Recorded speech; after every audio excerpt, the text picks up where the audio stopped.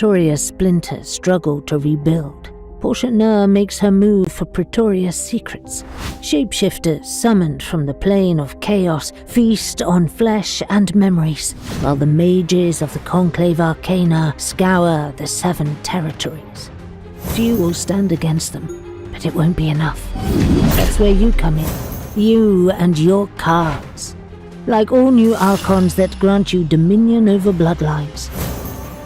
Dwarves, elves, gnomes, orcs, and Lund. Craft midnight potions in the Artisan Quarter for a shot at new ultra-rare foils.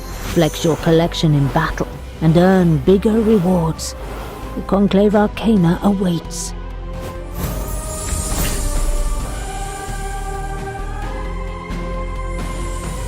Do you have what it takes?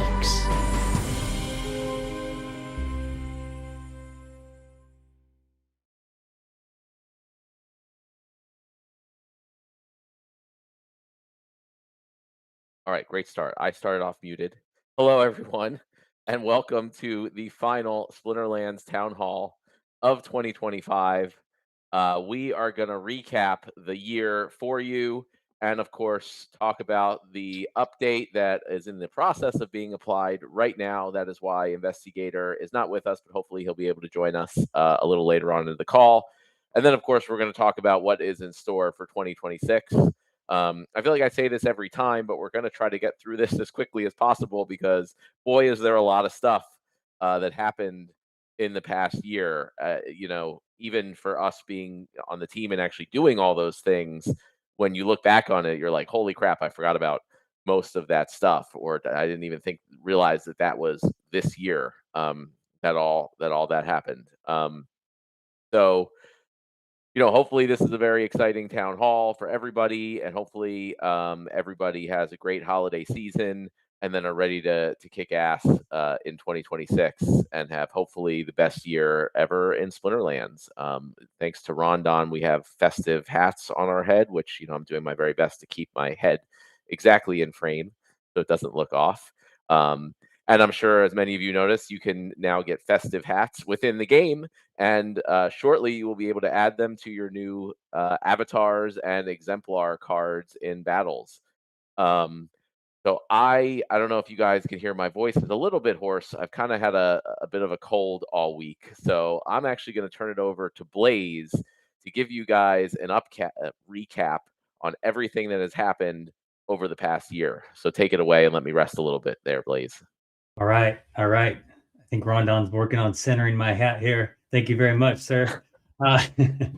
Now, action-packed year, everybody. I don't know if you guys just saw for the pings coming in on Discord with all the activities and new features we have rolling out. The latest being the avatars and exemplars, which is absolutely huge. It's just the beginning, but it's going to be something really, really fun. I think we're all going to want to engage with it one way or another. But really cool to see. Also, the Winterfest vibes. Thanks, Nate and the art team, for putting it all together. It looks amazing. I'm having a blast whenever I can, getting the chance to game a little bit, but it looks great. And then the Winterfest gift boxes have been a huge hit. The implementation of that page, and again, this is just one thing that we're doing. That we don't. This isn't going to be a short window of time. We're going to do something like this. I think the Winterfest gift boxes are huge for our game. For somebody who wants to come on board and have a little kit to get started and work a little faster, we're going to give them the tools to do so, whether it be for opening packs, understanding what the thrill of opening rewards chests are, and hitting a jackpot from time to time. We just want to get that all dialed in. And I think 2026, we're going to be able to keep leaning on these models that we're building to be able to onboard people from Web 2 or Web 3 or wherever they want to come from, because we are building something very unique here in the space. And I believe we are going to lead the path. Speaking of leading the path, we took Best Card Game of the Year by Play to Earn. That was freaking awesome too. So that goes all to the team and community for doing what we do. I think last year we took second, and we said we were going to take it first this year, and we were able to pull it off. So really cool stuff. And that also comes with $5,000 in marketing ad stuff that we can run with Play to Earn.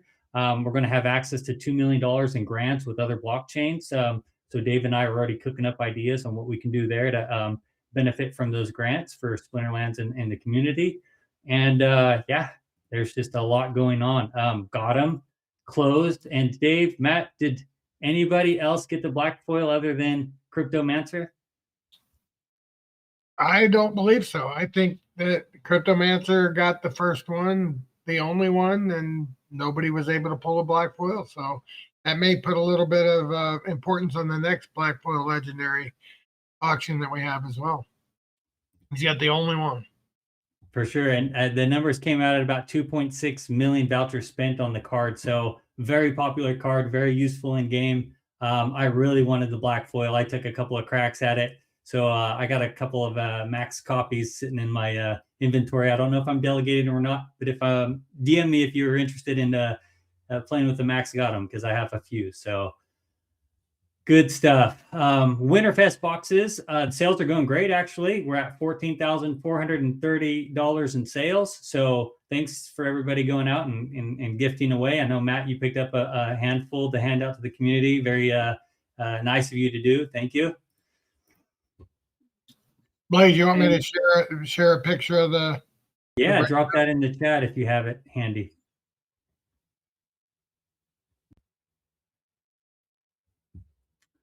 And then also CA sales continue to do well. We're at 3.75 million in sales, and 2,818 players participated or accounts. So that's really cool. In regards to the timeline and everything that went down this year, I put a list together. I'm sure we're missing some stuff in here, but I'll do my best here and rattle off what we have. Feel free to add anything that I missed in the chat. And then also I'll share this somewhere for our influencers if they wanted to tack it on to their end of year summaries as well.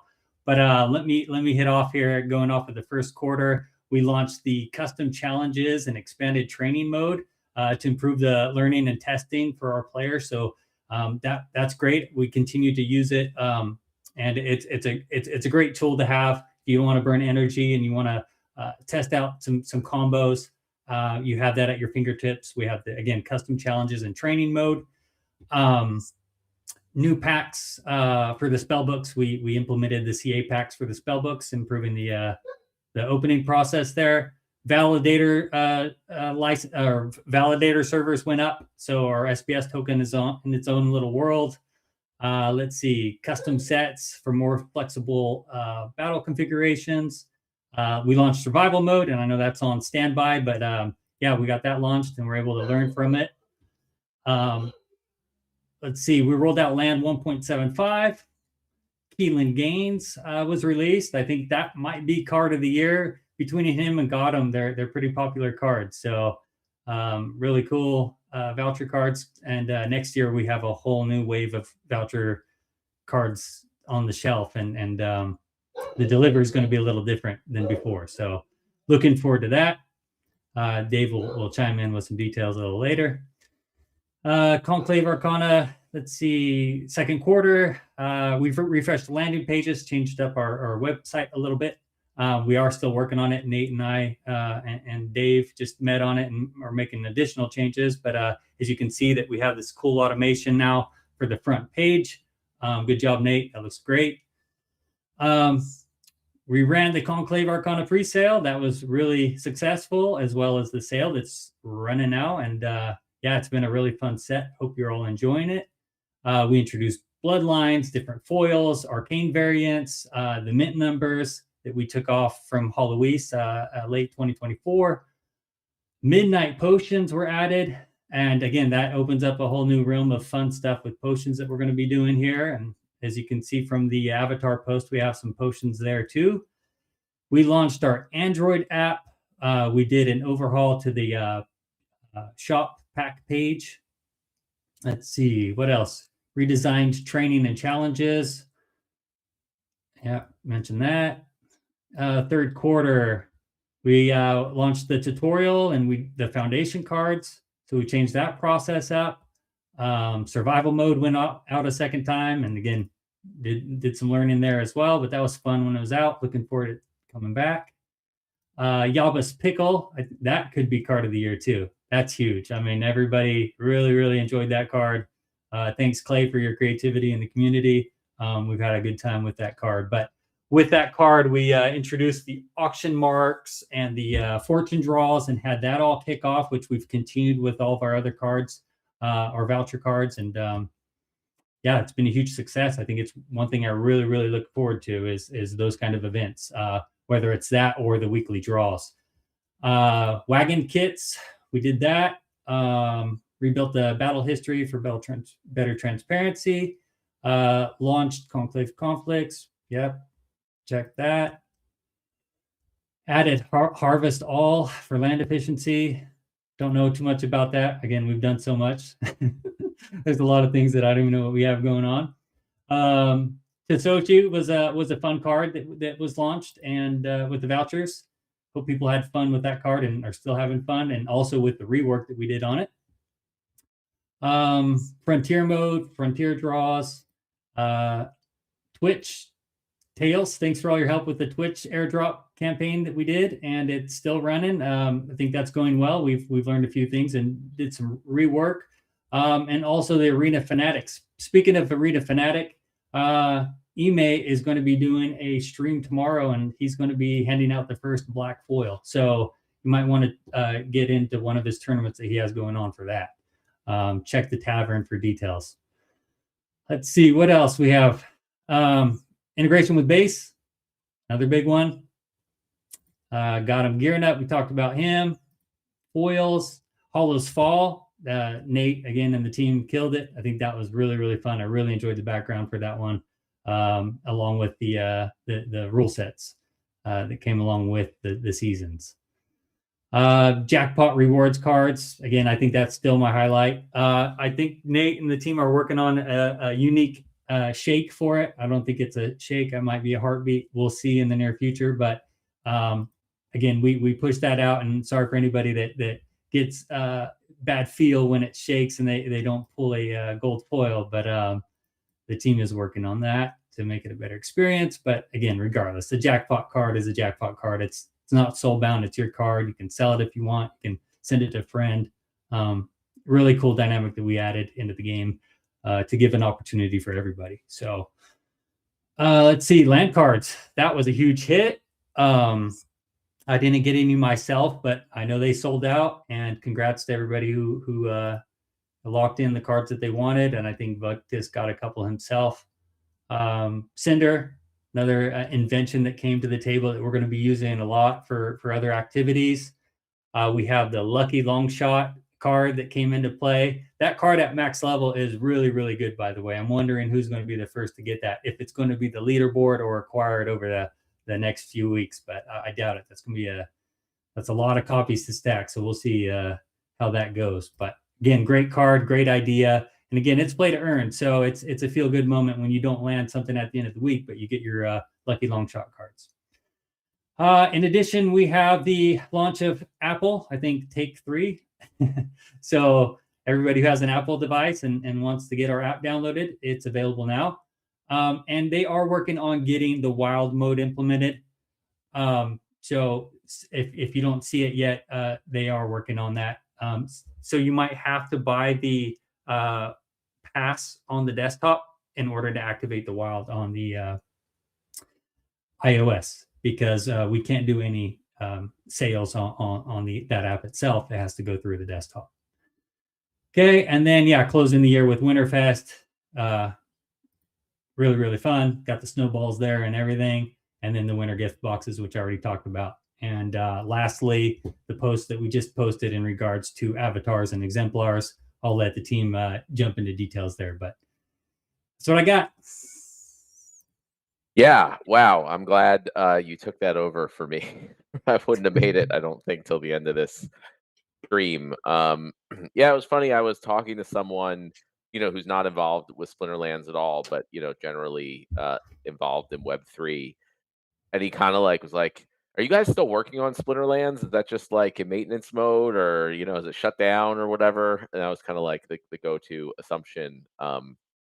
from someone in the space, but not specifically involved in Splinterlands. And as you guys can see from all the stuff that Blaze just rattled off, yeah, we're doing as much as humanly possible with, again, a very small team. And we just plan to keep doing that. So as long as you guys are here and you guys are enjoying it, we're going to keep doing it. So that's awesome. Thank you, Blaze. Dave, I don't know if you have anything you want to comment on year in review style here, but go ahead. I would say I'm really proud of the team. There's a lot of stuff that we pushed out. I know it's not as easy as people think. Like they're like, just go make a card. It's a little more than just go make a card. There's a lot of work that goes into making a card. You got to make sure it works in the game. We got to make sure it looks good. All the new mechanics that we put in, all the devs, like they handled that with ease, or it looks like ease, but there was a lot of things they had to figure out. We got all kinds of buckets now that we didn't have before, and Gator's not here to brag about his first bucket, but at the end of the day, we got a lot of mechanics that are really going to help us going forward. And one of the things I talk a lot about to all the different people I have different conversations with is these are tools, right? So we built some great tools that will be able to be used in the future, and we'll be able to leverage them for even more going forward. So I'm super excited for what 2026 is going to bring, and I can't thank the team enough, for the speed at which they were able to adapt, and continue to make things happen. And I guess the only other thing I would like to say is the community. I mean, we have an amazing community. There was a thing somebody not even associated with Splinterlands put up, and it showed how all these different projects have done, their tokens have done over like the last 600 days, something like that. And we were actually number one. I mean, we were down, right? But all the other ones were down like significantly more than us. So I think that that's a credit to the fact that we have some serious, high quality, solid, people in the community that believe in the project, have been patient throughout the years, have recognized, what we're trying to achieve, and, are, looking forward to the future. So all of these other many projects have gone out of business over the course of this year. I mean, since we've done the Crypto Gaming Recovery Fund, we've noticed a lot more. In other words, they seem to be dropping almost daily. But even of the ones that survive, like the big ones that, have a bigger market cap than us, I mean, they're still down a lot more than we are, which I think is a testament to our community. So thanks to the community as well. That's it. No, that's awesome. Yeah, and as you mentioned, we keep seeing, unfortunately, games are just shutting down left and right. I feel like more than any, I don't see, maybe because I don't follow them as much, but I don't see other types of crypto projects shutting down at such a pace. But games seem to be the big one for whatever reason. And a lot of people seem to ask, I guess, like, why is Splinterlands different? Um, you know, and I think, one, obviously our community seems to be stronger than other communities. Not to say a lot of the games that shut down did have strong communities. But that's where everything comes from, the players, right? At the end of the day. So if a game had to shut down, obviously the player community wasn't strong enough to keep it going. So that's awesome that we've gotten to this point at Splinterlands. But the other side of that is also the team. And I just think, in most other game projects, the team is not as into it and committed as the team is here. So I feel like pretty much everyone here is of the situation that, whatever happens, we're going to do everything we can to keep this going. And we're not just going to be like, well, it's not going great, so let's move on to the next thing. We've seen that time and time again over the past few years. So I guess the combination of the player community and the team that we have just, gets the job done. It's going to keep this going, ideally indefinitely into the future.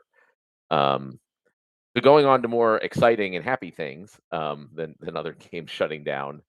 We had a really big announcement earlier today, and the team led by Investigator, the development team, is in the process of releasing right now. It's a big update. wanted to spend a little time to talk about it with the team and with the player base before it's out, and you guys can go play around with it. It's probably good that it's not live now because no one would be listening to us, or like, I'd be missing my cues when it's my turn to talk because I'd be there designing my avatar. But hopefully before the town hall is done, you guys will get to start making your avatars and your exemplars. And the whole avatar concept is something that Nate really has been pushing for a very long time. Let's let people, design their character in the game, their battle mage. They've had art on the shelves ready to go and just like waiting for the go ahead to put it in. And I had been hesitant for a long time, not because I don't think that's cool, but just because I didn't think it was really enough to warrant the type of effort that would need to go into it. Um, and so that's where the whole exemplar concept came in. And in my mind, I was like, okay, that's great. I want to design myself in the game, but this is not an RPG, right? That makes sense when you're in a role-playing game and you have your character and you're running around the world and everyone else is seeing your character. In Splinterlands, like it's less about your specific character. It's a trading card game. So that's where the concept of, well, if we want to let our players represent themselves in the game, why not let them represent themselves also as a card in the game that's like front and center in a trading card game? So that's when it became like cool concept. I didn't think was big enough or compared to the other stuff we were doing to work on to this is awesome. We got to make this one of our high priority projects. So, as you guys have probably seen from the post, very shortly you will be able to not only design your avatar that will show everywhere where you kind of see yourself in the game on leaderboards and in battle replays and all that stuff. You'll get to put the badges on there to show your achievements. You'll get to get your cool Winterfest hats like we're wearing right now, and all kinds of cool cosmetics, backgrounds, frames, etc. Going forward. Even custom bloodlines, you might be able to get some achievement or do something that unlocks your ability to become a dragon, for example, rather than the starting 4 bloodlines that are available. And then taking that a step further, that avatar you design gets made into an exemplar, which is our name for your own card in the game. It will look like your designed avatar. So whatever you pick, an orc with a hat and earring, or whatever you pick, that is the picture, the character on your card, on your exemplar, and then you get to design the stats. And basically, you spend glint to level up your exemplar, and each time you level it up, you'll get a point, and you can use that to add to different stats. And different stats are going to cost different amount of points. You'll be able to spend more points to unlock more attacks. You'll be able to spend points to unlock ability slots, all that stuff. You'll be able to choose what attack type you want, what element you want your card to be, all those things. And just to be clear, those will not be playable in ranked play. But they will be an option to start where we can have tournaments, and we plan to make a series of tournaments at the very least with some pretty cool prizes for players to use their exemplars, pretty soon out of the gate. And hopefully there'll be, more tournaments going forward. You'll be able to use them in challenges. And then as we move forward and design new gameplay features, the next will probably be the new Guild Brawls redesign. And there's going to probably be new single player campaigns. We're going to take these exemplar cards into account when designing these. So you'll be able to use them in the new Guild Brawls, the new single player campaigns, and possibly other new game modes we haven't even thought of yet. So it's just a new, exciting way for players to have agency, not just in how they use the cards, but in the card they actually create. There will be an item that's going to be required, and you'll be able to craft via the land interface that will allow you to reset the stats on your card if you want to redo it. So you won't be able to just unlimited amount of times change your exemplar stats. You'll need an actual consumable item, but it'll allow you also to, in the future when these are used in a bunch of different situations, you can look at, how the guild brawls are going to be this week, or, what tournaments are coming up, or what single player campaigns you want to complete.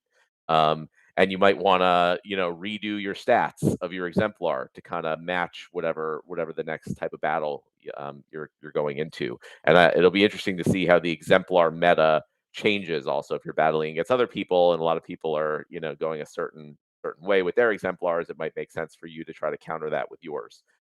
We also might even do things like, special exemplar only abilities that you'll be able to unlock, and things like that, because we can, since these are not going to be part of the standard ranked battles, um, we don't have as much of an issue with balancing as we do with the regular cards. So I think we can open up a lot of interesting possibilities with that. And then, Dave, you can talk about this a little more, but I think Dave wants to really take this whole just concept of player design cards even further than just the exemplar.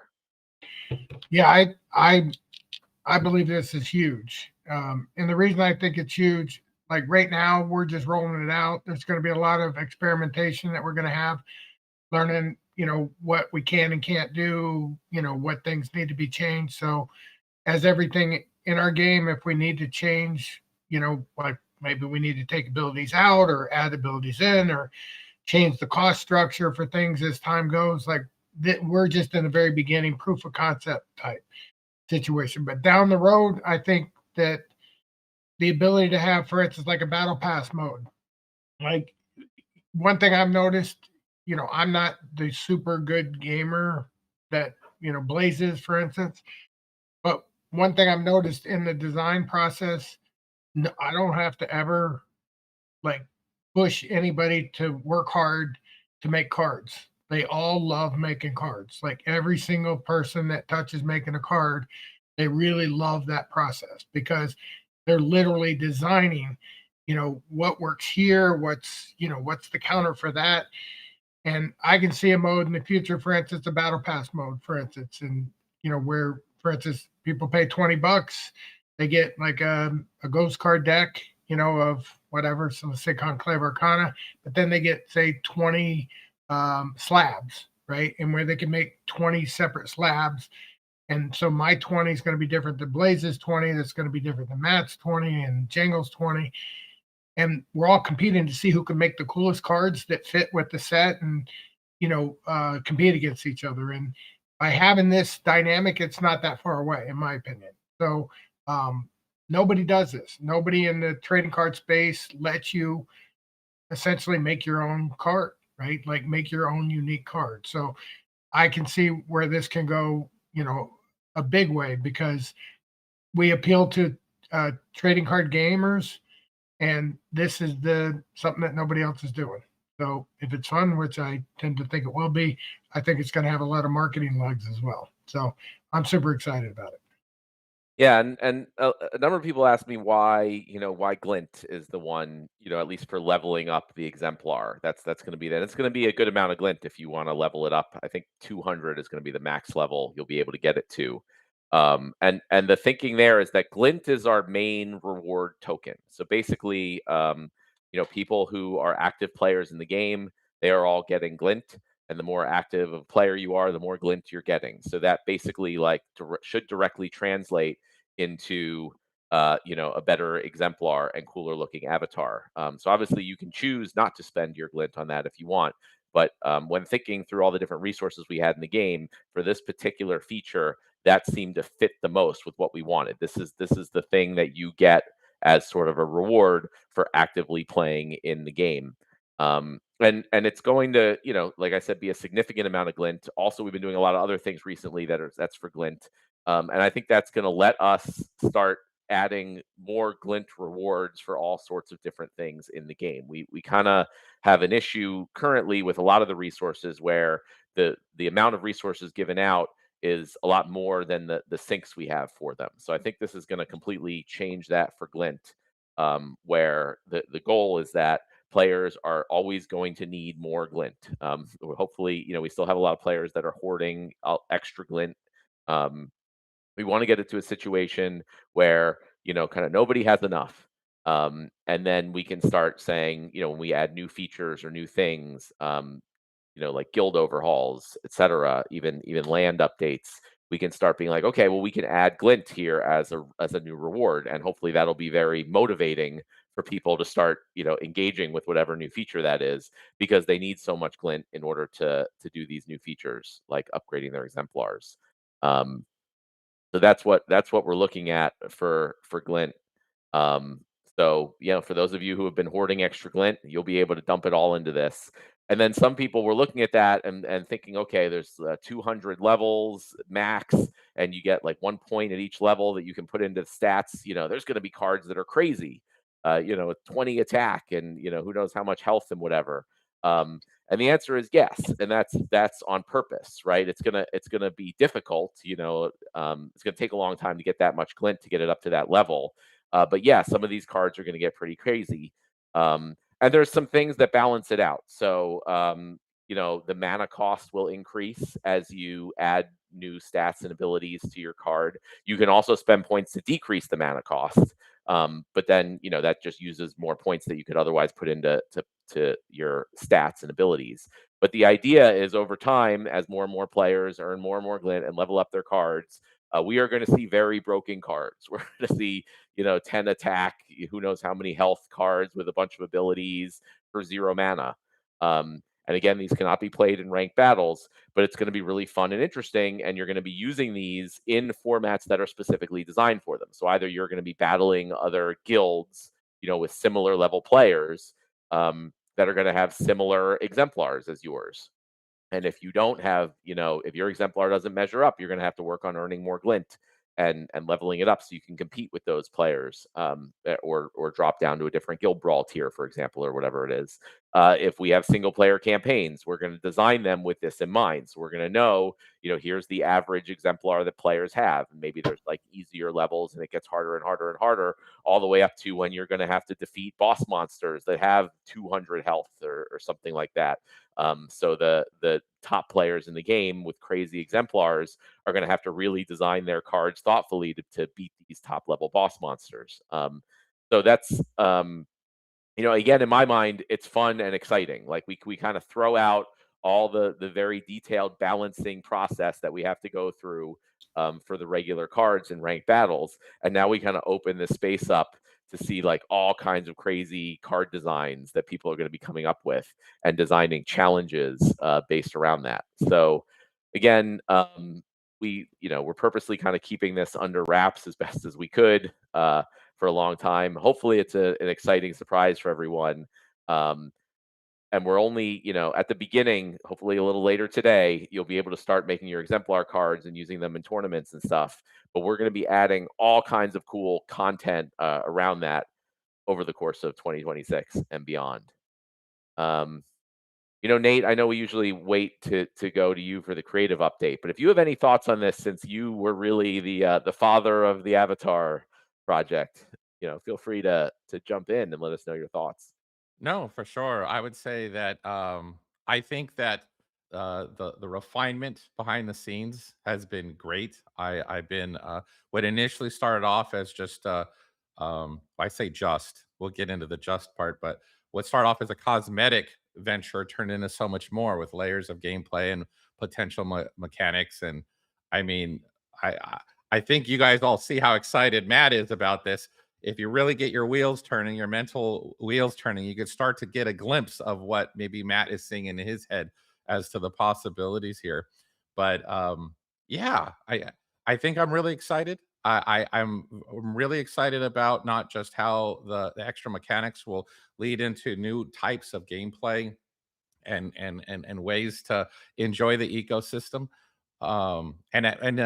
And go ahead and it reflects player agency. Right now your player agency is I'm choosing to buy these cards, I'm choosing to level them up. But what we're proposing here now, and surely whatever is going on in Dave's brain is just whoa. That really takes it up a few notches. That takes it up several notches on the in the in the trading card gaming space. From another perspective, yeah, I'm thrilled. I'm thrilled out of my mind to finally make it so that the player, can now see yourselves as what we always wanted to. We wanted you to see yourselves as a battle mage, and now you're gonna, in a very real and meaningful way, be able to do that. Decide what eyes you have, your nose, your eyebrows, your hair, the length of your hair, what accessories, what kind of clothing am I going to wear, not just in general, but that particular day. I mean, when you think about it, uh, um, part of the seasonal engagement system that we're trying to get off the ground, which you guys have got a taste of when you see the lobby artwork change, when you see the arena backgrounds change, when you get the feel and the sense that you're now in a different location in Pretoria than you were the previous season. When you see that happening, and then you add on top of that the layer of this is me, how am I going to dress for this? Like, am I going to dress more warmly, or is it hot, humid weather? Where in Pretoria am I? What's the kingdoms there? What kind of avatar, what kind of merchants might pop up in the reward shop and sell very specific avatar gear that maybe wasn't available to you the previous season because you were somewhere else? Now the goblins are selling you some instead of the elves, and who knows what kind of new hat or earring that they might sell you. Who knows if Dave has his way? I'm sure some of these things will be very limited in scope. You might end up seeing, one of ones and one of tens, and suddenly you're flaunting some special magical amulet on yourself that no one else can have. When you think of it that way, you start thinking of it not extrinsic value, and I've talked about this before.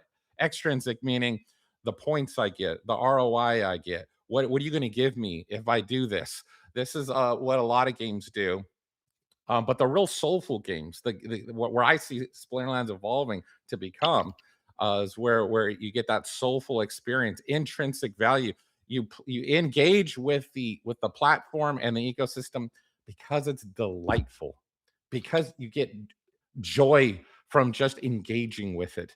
Once you take the intrinsic and the extrinsic and you put them together, oh, that's okay. Now we're going somewhere. That's the sweet spot for me. That's the magic juice that really gets things going. So if you're able to log into the game, not just because what am I going to get, but also, oh, this is entertaining, this is enjoyable, this is amazing.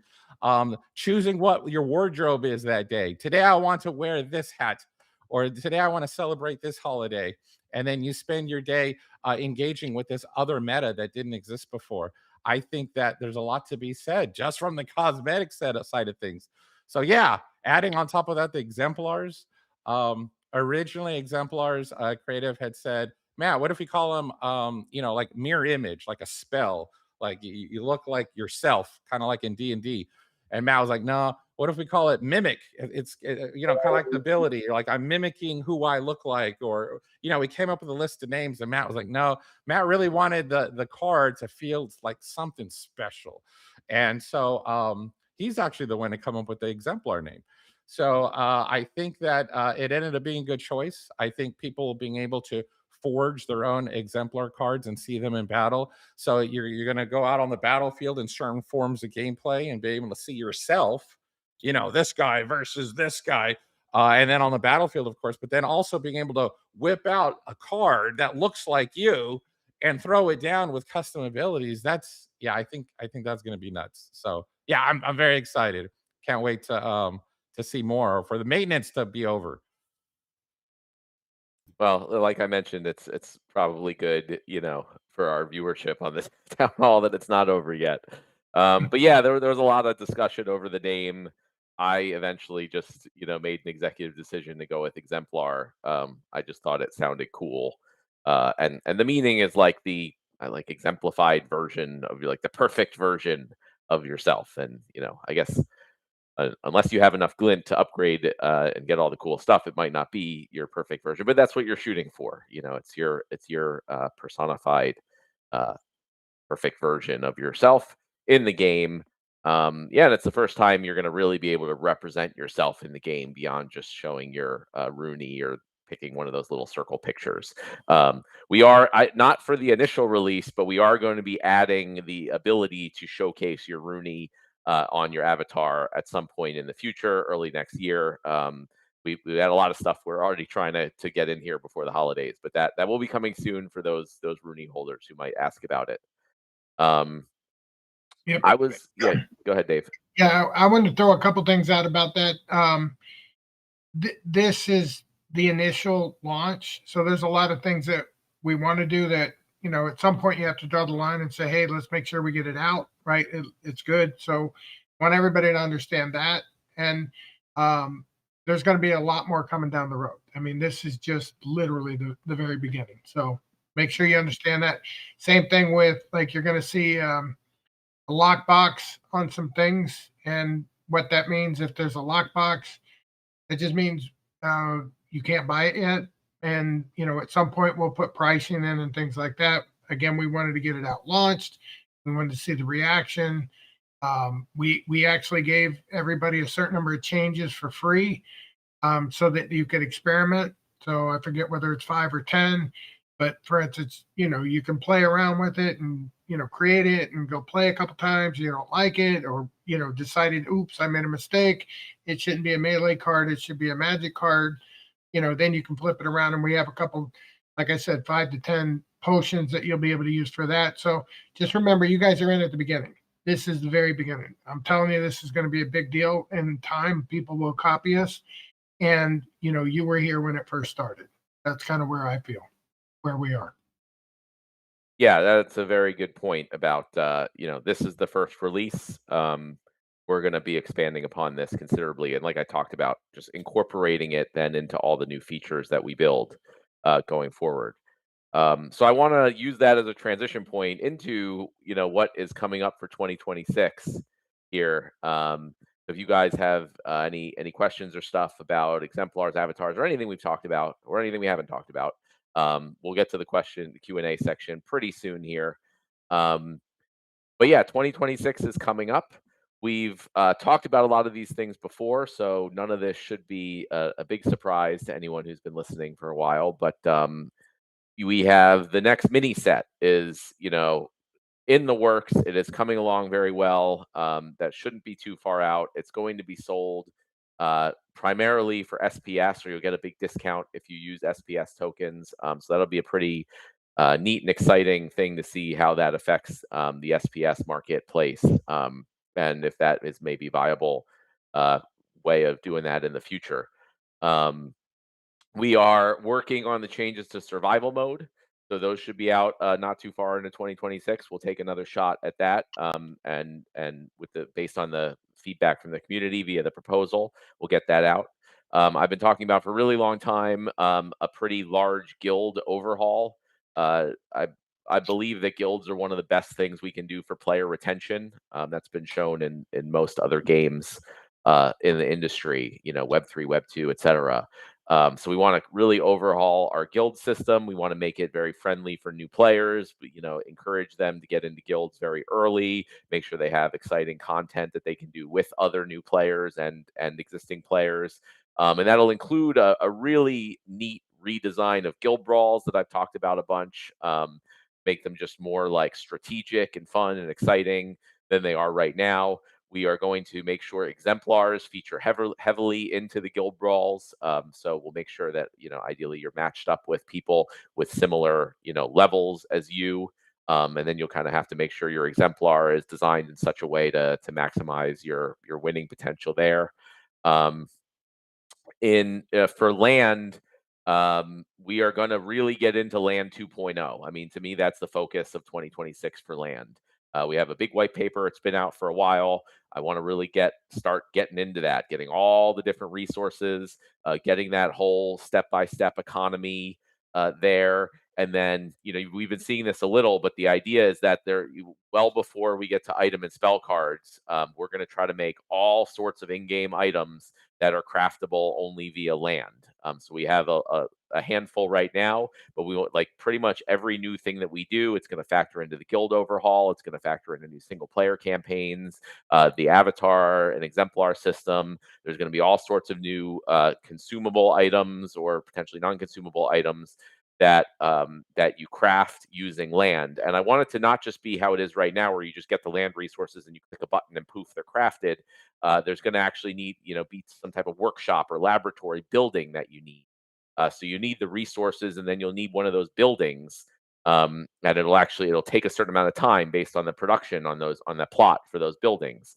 So there can be a marketplace for that. So if I have a bunch of laboratories, for example, I can just put them on the market and say, anyone can use my laboratories if they have the input resources for a 10% fee or something.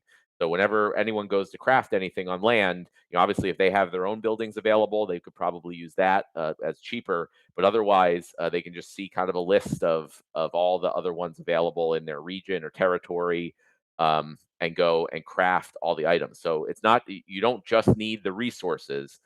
You're also going to need the appropriate buildings. So it'll and those type of buildings are not going to benefit from being like a rare, legendary, epic plot, etc. Because the rarity of the plot basically means how much of the natural or magical resource it has in it. So in this case, for players who have lots of extra common plots, that don't produce as many of the basic resources, no problem. You use those to build all these new types of buildings. We'll hopefully get into storage and all that stuff. So the idea is to have the initial vision of this big in-game economy around land with lots of steps in the process. So the idea is most people are not going to be doing everything, but you kind of pick your niche.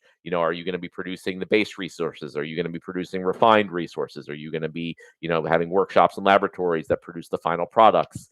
And the final products will be many different things in the game that most players need. And for players who are not participating in land at all, we want to make it as easy as possible to buy these products. They just go in to the shop page or on the market, and they just see, okay, I spend DEC or credits, and I buy whatever things I need to buy. And they have no idea or don't care how it's crafted. Same thing like if I need a new toaster oven, I go to the store and I buy it for dollars, and I don't really know about the whole production process behind it. That's going to be the case in Splinterlands, where players come in, they need certain things, they spend DEC or credits on it, but behind the scenes, they're buying those things from players who have crafted them on land. And those players who crafted them on land might have had to purchase the basic resources that go into it from other players who are producing resources on land, et cetera. And there's a bunch of steps in the process. So, we've been doing a lot of little, one-off things here and there that kind of move us slowly in that direction. But I want to kind of rip the Band-Aid off, so to speak, and just start building all that out in as quickly as we can here in 2026. So for all the land players who keep saying when land or what's the update on land, that's the update on land. I've been working for a while on a very large spec to get over to Cryptomancer and the rest of the team to pick apart. But that's the focus for land for 2026. Obviously, beyond that, we have talked a lot about expanding the single player campaign mode. To not just be a new player tutorial, but to have actual fun, interesting campaigns for all you guys that have been here forever to play. We're going to include exemplars in that. We're hopefully going to include boss monsters and boss fights in that, or make it something that everyone at all different levels of play can participate in and get some neat rewards. And then we are going to have the next major set. We don't have a release date necessarily, but we are working on it. It's planned to be out in 2026. I think with Conclave Arcana, we had a lot of new, like not game mechanics, but obviously we had the black foil cards and the arcane cards, which has been awesome.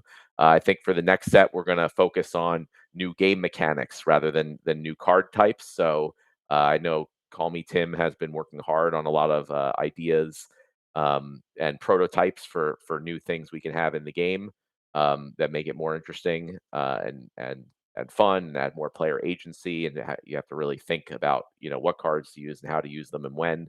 So that's what we can look forward to for the next major set. I think, Nate, do we have a name picked out for that set?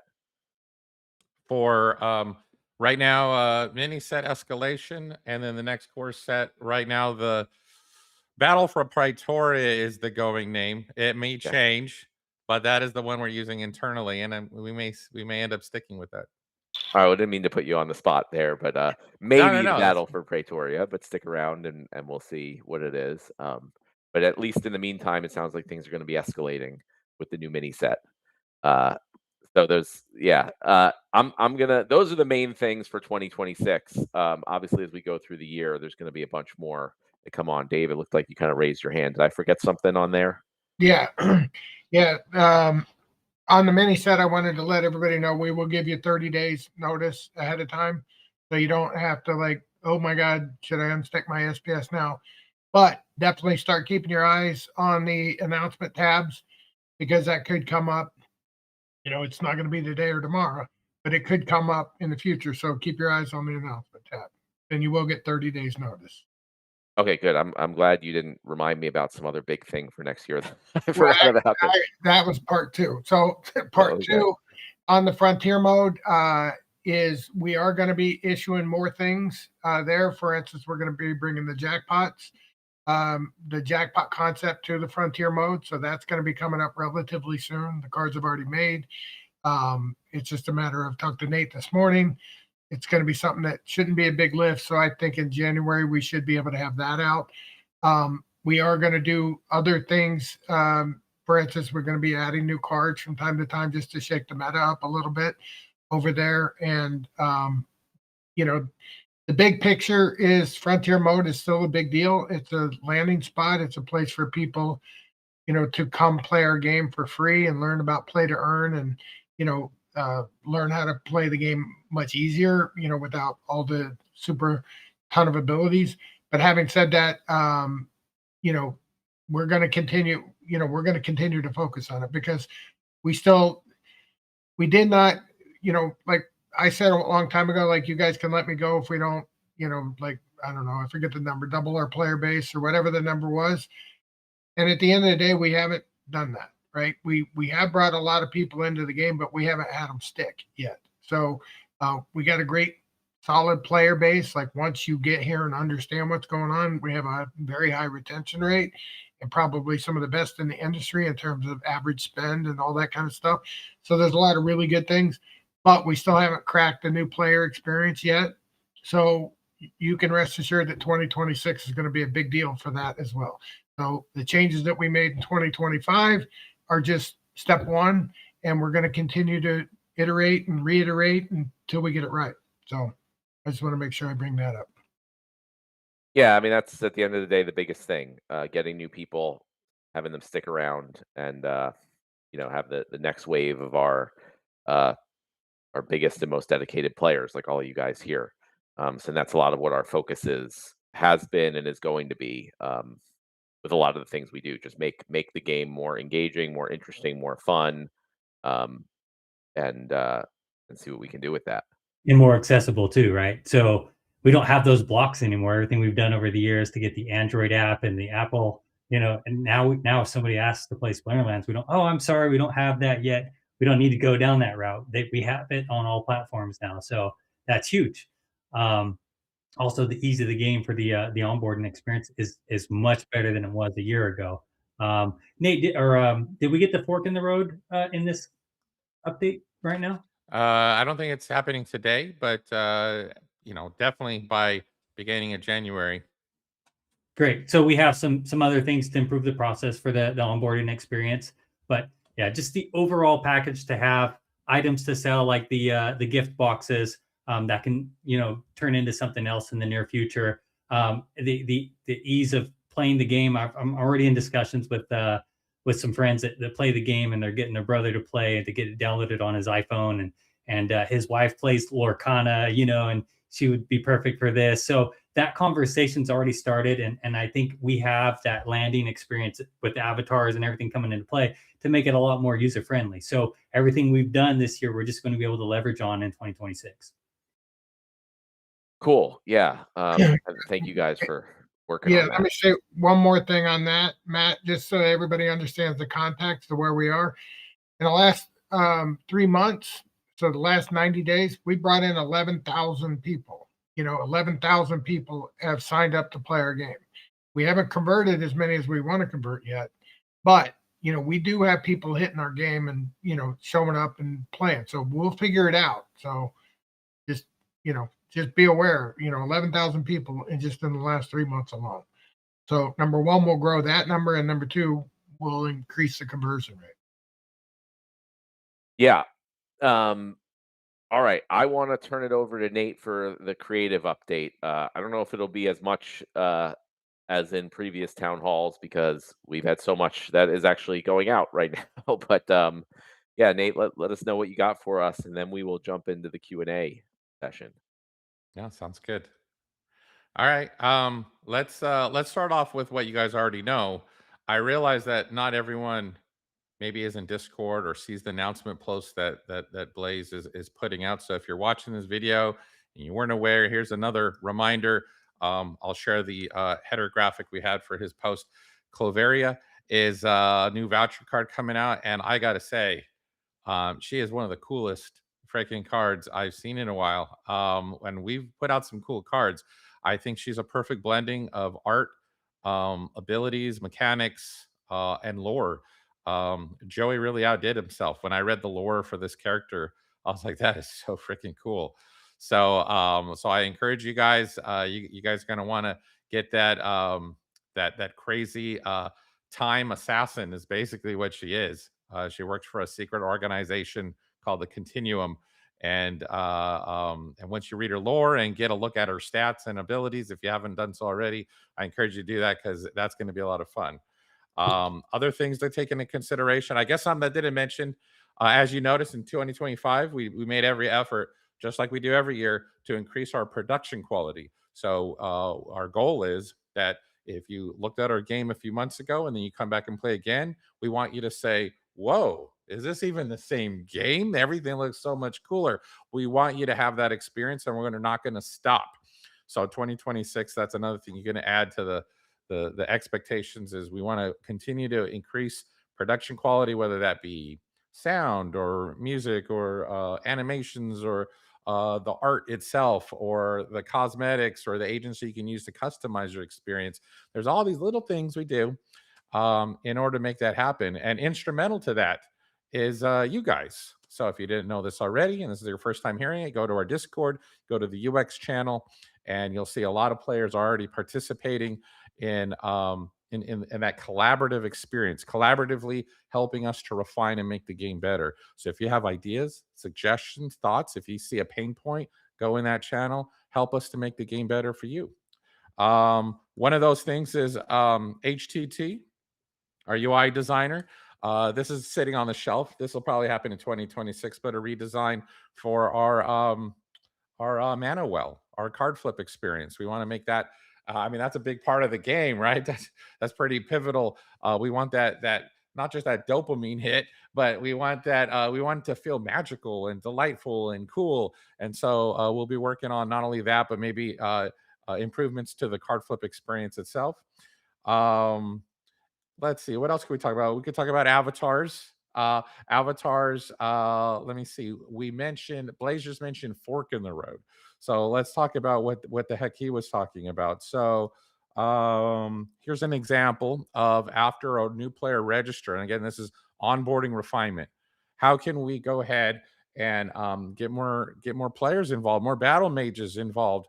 Because that just lifts everybody up. And part of that experience is after registration. Why don't we give them that fork in the road experience? Hey, do you want to go to campaign mode? Do you want to really dig into have some hand holding as you learn the mechanics of the game? Or do you want to just dive right in? And we have certain ways, not only just leveraging contextual tips and soulbound cards, but ways in order to make that as fluid and as intuitive as possible, even if you decide not to do campaign.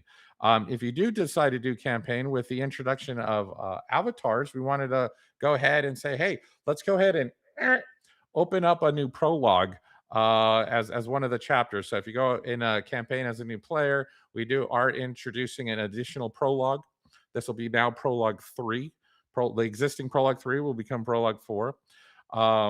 And that will allow you to kind of be introduced into who are you in the Splinterlands world. And what better place to insert that is in campaign mode, where you get the full immersion of being in the Splinterlands world. Let's see what else I got.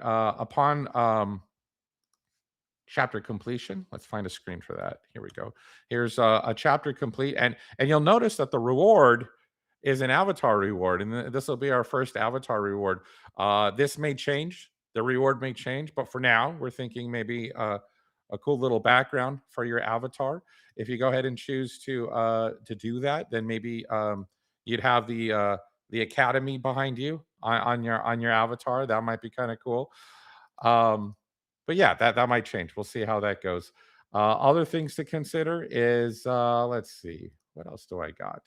showed that. Oh, Winterfest. Since your guys aren't able to play with it already, and again, if you haven't read the blog post that Blaze put out about the maintenance and the avatars and the Winterfest stuff you can buy, then here, let me show you. So some things, if you already read the post, this won't be new to you. But if you haven't, then we're really excited to be able to share stuff like new Winterfest hats. So you'll have the little antlers on your hat. Maybe you want to get festive with a Winterfest vest. In which case, there you go. There's some dwarves wearing the vest. Maybe you want to get funny, and instead of a cool vest, maybe you want to go ugly sweater. So here's some elves wearing the ugly sweater. And then if you want to get truly winter magical, then there's these more premium magical sweaters, which are kind of have the sparkles and the magical energy coming out of them. So this is our first, this is our alpha trial run, proof of concept, introduction of the avatar system, and to be able to introduce special limited time only avatar traits to go along with creating the rest of your avatar is something that I'm pretty excited about. I know my wife is. For those of you know, Rainey has played previous RPGs with me in the past, and something over the years she's always asked me, "Hey, when do I get to make a dark elf? When do I get to change my features? When do I get skins? When do I get hats to wear?" She's very involved in liking the cosmetic aspect of things. So hopefully she enjoys the maintenance today. I'm trying to think, what else could I show for avatars since we're celebrating avatars. Oh, I know something that we're exploring. It won't be available at launch, but I did want to at least share a sneak peek at stuff we're working on for 2026. And that would be when we introduced avatars to our test servers, we noticed there was a slight imbalance of accessories and hats with certain things. And we decided, hey, certain things will be locked. You won't have access to at launch. And then we'll show you how to unlock those, maybe through achievements or purchases or what have you. We'll see. That's coming down the road. But also, we wanted to give some premium items and some special items and some things that maybe are specific to Bloodline. So I'll give you a taste. It's not available today. I'm sorry, but hey, I want to show something for 2026, right? So here's an example of a hat we're working on for the Dwarvish race. Here's a hat we're working on for orcs. Here's a hat we're working on for elves. Let's see what we go. I think we're also working on special chess pieces. And I say special because Matt kind of threw down a little bit of a challenge, whether he realized it or not. He was like, "Wow, Nate, all these chess pieces look too cool. Like there's no progression. Like every single one of them looks cool as heck. How do we decide which things to purchase and which things are not purchasable or which things are achievements? Like, let's figure this out." So I'm like, okay. So right now I have the artist hard at work. We broke it up by class. So right now we are creating universal gear. So maybe you see yourself as one of the traditional archetypes, a fighter, maybe a ranger or rogue, maybe a healer or a caster. So we're working on universal enchanted armor sets or gear sets to encompass all that, so that down the road in 2026 we'll be prepared at the right time to kind of promote special looks that will probably more than likely be very exclusive. So here's an example of like maybe enchanted armor for a fighter. Here's maybe what a healer looks like decked out in magical healer gear. And that's just the beginning. This is all just concepts. We're still in the middle of working on that stuff. So expect that these things, when they're finally released, might look cooler than what I'm showing you here. A lot of this is concept art that we're working through to decide, which direction to go. I'm trying to think if that, I think the only thing I could think of left, which is not Avatar related, but I like to share it with you guys nonetheless, is related to Escalation, the upcoming mini set. It's not far around the corner. From what I understand from Royal Eagle and Call Me Tim, is that the testers are, and thank you, players, if you're involved, you sign the NDA agreements, you're involved with our testing. then big thanks to you. Again, another collaborative effort where the community and the team are in lockstep. It's kind of the vision that Matt had for this game the entire time, whether it's through governance and the SPS token or proposals, or it could be as simple as going in the UX channel or helping with testing. This is not a company consumer relationship. This is very much a collaborative, side by side, let's do this together type relationship, and it shows. I think that the increased rate of production, increase of production quality, I think it just shows that we're more and more aligned than we've ever been previously. And that's amazing. I think you guys feel it too. Having said that, escalation's around the corner. I wanted to share what is probably going to be one of the promo cards. If you're familiar with the lore from Conclave Arcana, you know that the leader of the Conclave, the villain, if you will, that we're all fighting against, is an archmage known as Portia Near. She was missing from the Conclave set. But for the mini set coming up, the escalation of events happening in this conflict in the Splinterlands, it looks like she's going to show up. So I'm not going to show you stats or anything that's still being worked on, but I can at least show you the artwork because I think it's pretty cool.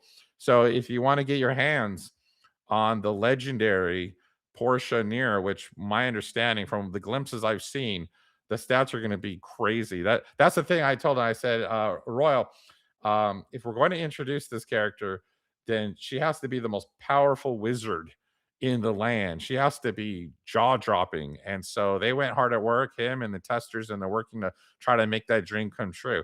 So there you got a sneak peek at what'll be a card that will absolutely, I think, be a must-have. So there you go. I'll end on the creative channel chat there and pass the baton back to you, Matt. That is quite the baton pass. I didn't think you would have that much to show this time, but man, there was a lot there. I was like clicking save image, save image, save image along with that. Cool. And Ron was hard at work. I don't know if you noticed, Nate, but he was hard at work trying to move the little hat and keep it on your head the entire time as you moved around. So glad you were keeping busy there, Ron. All right.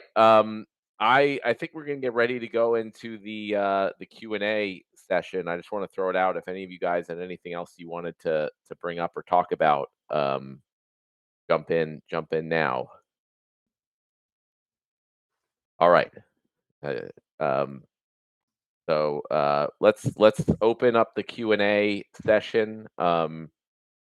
As a reminder, if you are listening to this later or you don't have a chance to get your question in now, or you think of something later, post it in the town hall channel in Discord whenever you get around to it, and one of the team members will try to get back to you as soon as possible, so you don't have to wait till the next town hall, which will be in 2026. Ron, if you can put the open up Q&A. He's trying to find it. He was too focused on the hat. Okay, Q&A open. We did get a question from 5 Misses about rough idea on the release date for the mini set. We will give you a 30-day notice, and I said to keep your eyes open in the near term. So we're at least 30 days out. So you're looking at least January 18th. And like I said, it's probably not going to be in the next 3 or 4 days. So that should give you some idea. I mean, could it be a week or two past that? Definitely could be.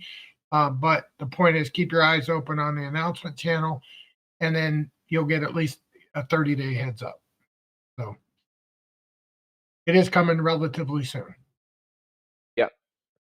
So I guess a little bit over 30 days. Yeah. This is what we're looking at. Okay, Flowey has a question. What will be the next step in land with buildings? Have you decided which buildings and land 2.0 features like maintenance levels, unrefined grain inefficiency will be part of the first phase of buildings rollout?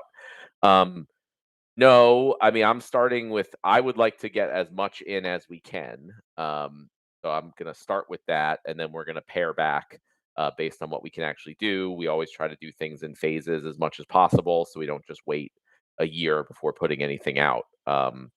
But I definitely would like to start by adding, more of the resources. I'd like to start to get in the refined resources, and being able to build and upgrade buildings and all that stuff. And then, like I mentioned, use those buildings to craft all the things you can craft rather than just clicking a button. Um, so, we're going to have to see, what makes sense, how much of that we can get in, or in what stage. So I don't know any of that yet. Is the answer to the question. That's what we're going to be working through, um, as the next phase in land development. Uh, Question from Quantum Nachos. It's been a while, Nate, but can you show off what any of the land buildings will look like?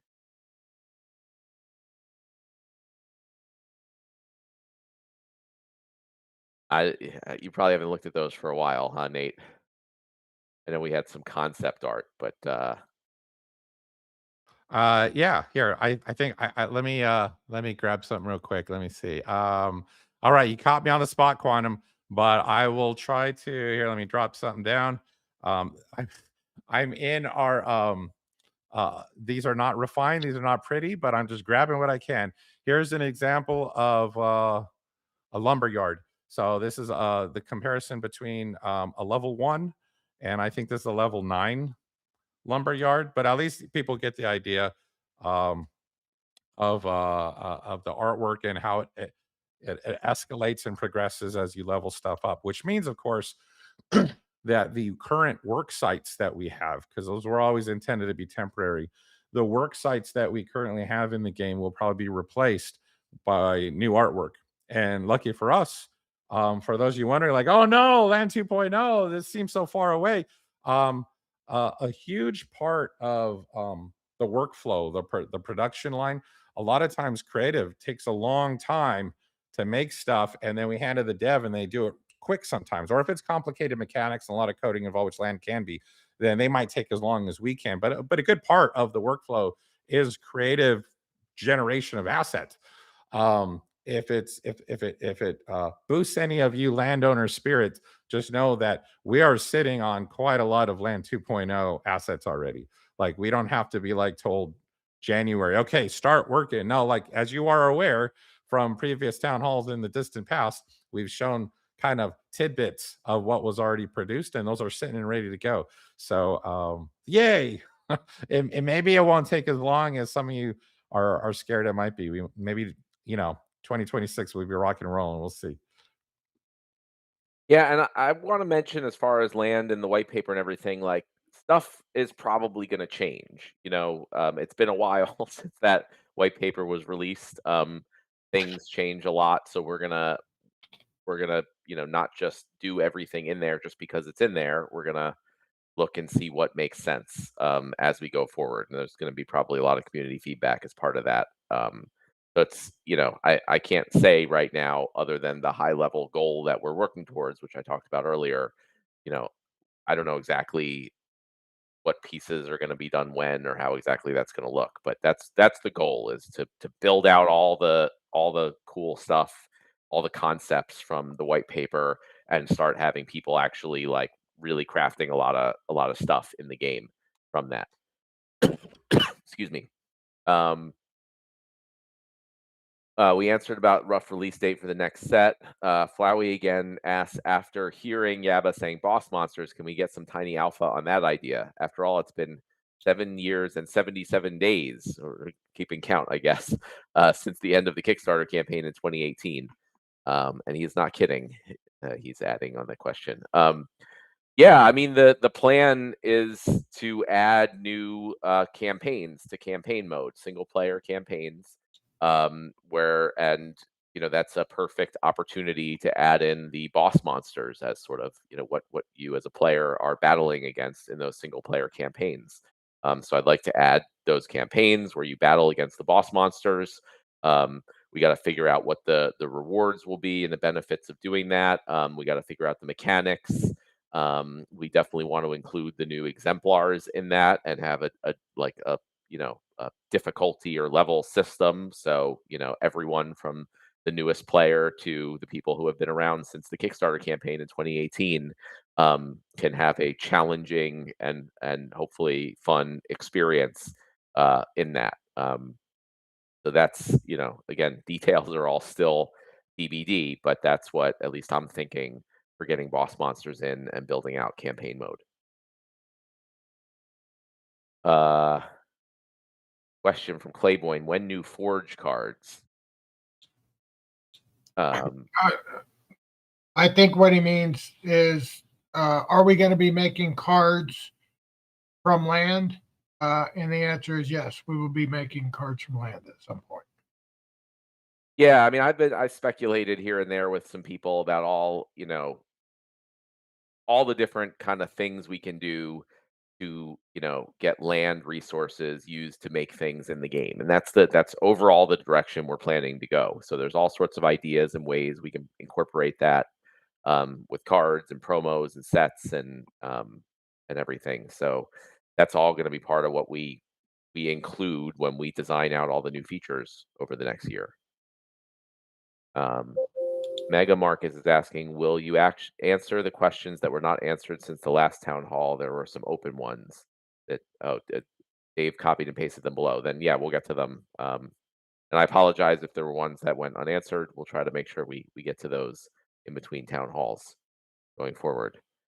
Gathering the Magic, asking, how am I going to find more time to play Splinterlands?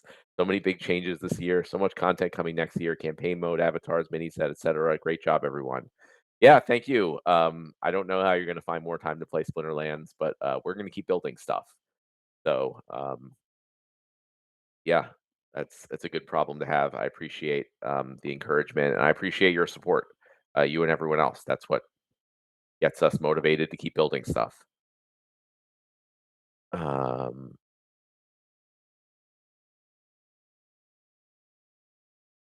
Okay, here's Dave reposting a question from earlier that we announced that Rebellion cards will have a 0.5x penalty on land, and said that this could be the case with future sets like now in Conclave Arcana, but you also mentioned to kick up the Rebellion multiplier to 1x. And this never happened. Was it forgotten, or will it be when it's or be for the time the set is in Modern?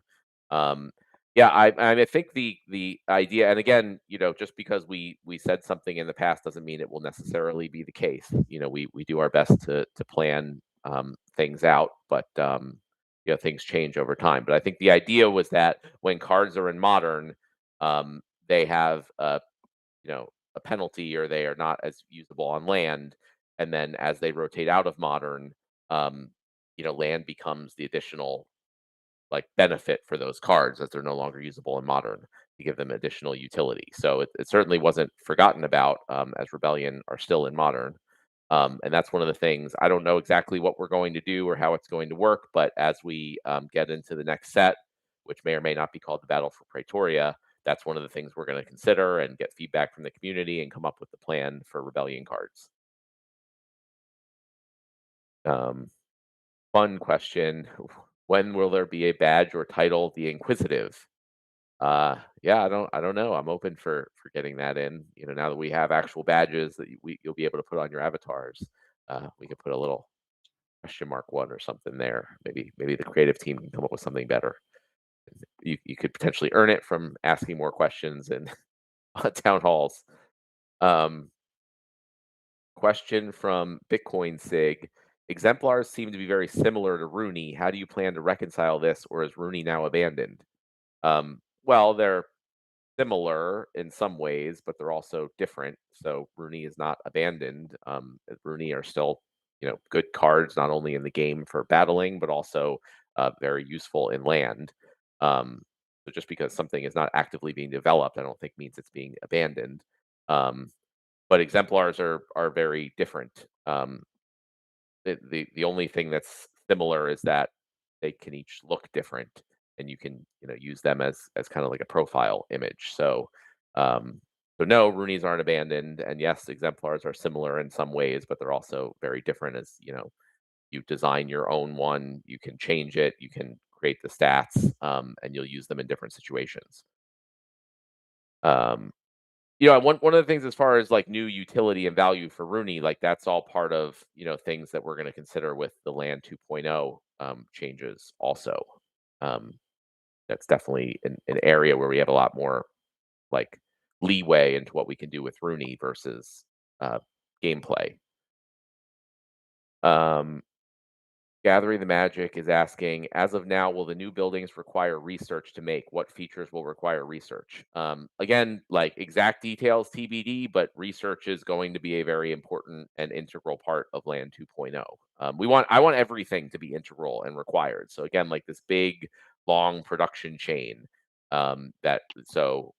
you might only be participating in a certain part of the production chain, but kind of all the things that are part of land are going to be necessary in this production chain. So research will definitely be one of those.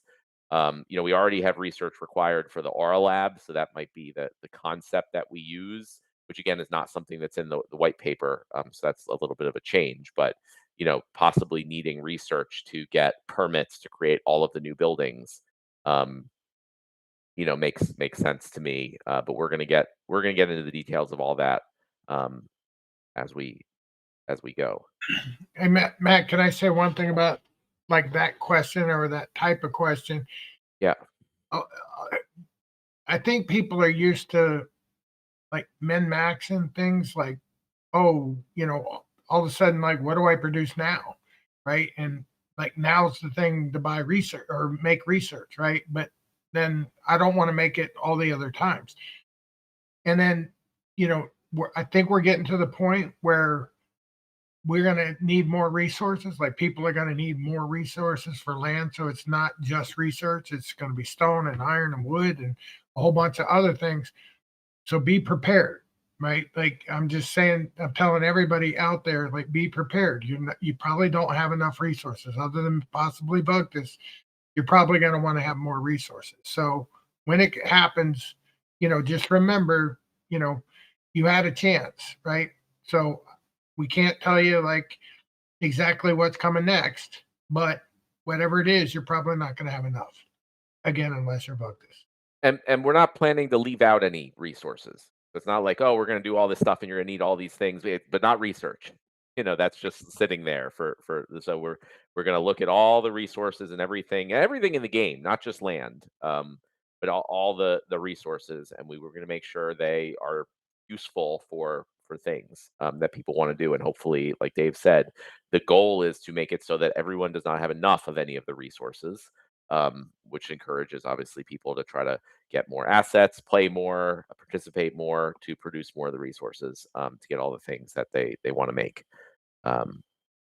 Question from Our Faded Glory: what bloodlines are all you guys going with?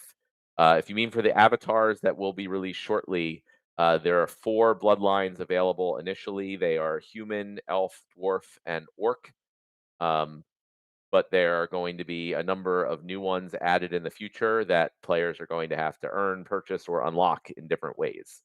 So those are the 4 initially, but stay tuned for a bunch more, in the future. Question for Nate: what is the lore justification for the beaver getting armor strike at max level? I read through the lore and couldn't figure out how that was on theme for him. So that's always no one envies Joey's job. Sometimes business objectives make it necessary to like just get the mechanics down and then figure it out afterwards. In this case, the directive was we want a beaver, so it has to be a mundane beast, and we want it to be awesome. So the testing came back with all these abilities. And Joey, I asked the same question actually. And first of all, thank you for paying attention to not only the art and the lore and looking for the synergy there, because that's a beautiful thing. I really appreciate that.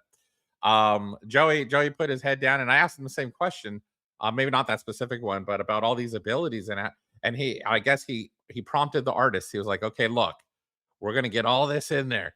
So between the tail and the splinters coming out of the wood it's biting and the pose it's in, and like basically him and the artist got together and said, all right, here's the stats. How are we gonna do this? I think in the lore, it's explained. The mud is the reinforced clay mud, becomes the armor he provides to himself and others. So I guess if his tail's covered with mud, it's the same as his tail's reinforced. I guess he adds a little more umph to it. Also, he has that wood in his mouth. So I imagine, to me, that's like, you could hide behind a piece of wood for protection, at the same time swing that piece of wood with your mouth. So I'm looking at the artwork right now. That's my take on it. But I'll let if Joey's around, or when he sees this, he can make his little response to this as well. So there you go. Yeah, I also try not to take the abilities and things too literally. It's like it's the concept, he's using, like Nate said, with the wood in his mouth. You're using, your armor, your protection as a weapon in some way. So there's a lot of, taking a shield and bashing someone with it is, the most obvious one that you think of, but there are all sorts of other ways that could happen. And with a project like this, we can't take everything super literally. And Nate and the team do have their work cut out for them to just like follow along after all the stat changes and things that come out of testing and everything, to then keep the lore and the characters looking as accurate as they do. And I'm always the first to say, like, to Nate's dismay, like, we focus on the gameplay and the balance and the design first and foremost of the cards. And, Nate and the team kind of have to run around following us up, and not the other way around. It just kind of is how it is in this type of situation. But they do a great job of it. So almost all, the cards, the art and the lore really matches very accurately, and they do it very quickly and at the last minute, because things change often. Yeah, and if you can see how good the lore is, you can actually see it come to life. And, like what Brave Tofu's doing, what Affliction's doing. I mean, they're doing some really cool stuff out there with the lore as designed. So I agree, it's tough what Nate has to do, or what Nate's team has to do, but they do a great job. So, yeah. Well done. Question from Intrepid Surfer: how much Cinder would be collectively needed from the community to convince the art team to release Pickle and Beaver bloodlines for exemplars? Clay's gonna get Nate Pickle Ken. He's already got the nickname, or the bloodline name, Nate. So he wants a whole bunch of pickles out there. And wow. The next question is future plans for using Cinder. So, okay, there you go. Maybe we use Cinder to bribe Nate to create things for the game. But all joking aside, yes, 100%, Cinder is going to be an ongoing new resource in the game that we're going to be using for all sorts of things. So it's like, when I sit down actually to design, what we're going to do for land, to design the new guilds, campaigns, all these things, one of the first things I do is I pull up a list of all the stuff in the game, right? Because I don't want to forget stuff, and there's too much that I can't just keep it all in my head. So we pull up a list of all the resources from SPS, DEC, all the land resources, Cinder, Glint, and then things like Rooney, and whatever. It's like there's a big list of all these things, and then we see, okay, this makes sense to incorporate here. It makes sense for Rooney to do this, or Cinder to do that, or whatever. So that's, for you, if you guys want a little insight into the process there. That's like the first step, is take the big list of all the resources and figure out where they can all fit. So Cinder is now on the list. And just for the previous question, I mean, Beaver does have a bloodline. It's called Mundane Beast. So who knows? Maybe there is a future Awakened Beast bloodline that lets you create, a beaver humanoid, whatever. I don't know. Who knows what the future holds? For Pickle, that'd probably more than likely be bloodline would probably be divine construct, or golem, or something of that nature, in which case maybe there's different types of golems or divine constructs that could be created in the future. So so don't lose hope. There's possibilities in the future. We'll see what happens. Hey, that said, the Beaver has a new friend coming to Pretoria. So the conflicts that are happening, what about next Saturday? Jeff's card rolls into the game, and Vuctus has his card going into conflict. So that's going to be a fun one. Yeah, as long as the beaver has a friend, we're good. Um, Mega Marcus is asking, to the graph on unique players and formats shared from Blaze in the last town hall. Most players climb at least one league in a format during the season. Do these generate multiple entries in the measurement system, or does it count at the end of the season? I'm I can pretty sure they count multiple times. actually, the if it's between formats, it counts more than once. So if one player plays two formats, then he's going to be counted in both formats. But if it's per league, no, it's just where they finish. Okay, yeah, there you go. So So if a player finishes in champ but was in diamond early in the season, we only count him once.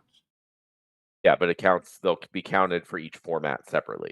Yeah, exactly. Okay, that makes sense.